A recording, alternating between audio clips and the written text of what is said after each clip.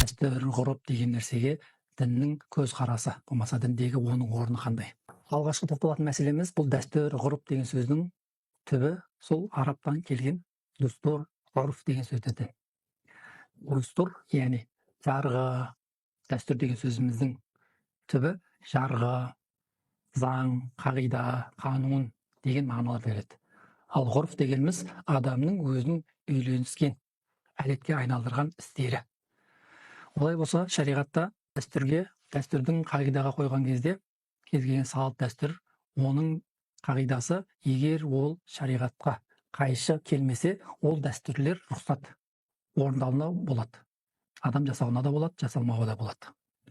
Құранда Алла Тағала айтады: біз сіздерді қауымдарға, тайпаларға бөліп жараттық, литаарафу, бір-бірлеріңізді тануларыңыз үшін дейді.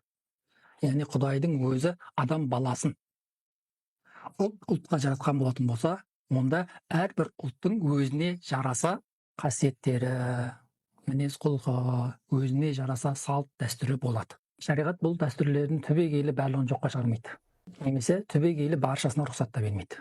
Егер әлгіндегі айтқанымыздай шариғаттың шеңберінен шығып кететін болса, не болмаса шариғатқа қайшы болатын болса, ондай дәстүрлерді шариғат құптамайды. Ал шариғатқа бір әбестігі жоқ, шариғатқа қайшы келмейтін нәрселер болатын болса, ол дәстүрді, ғұрыпты, салтты ұстануға рұқсат.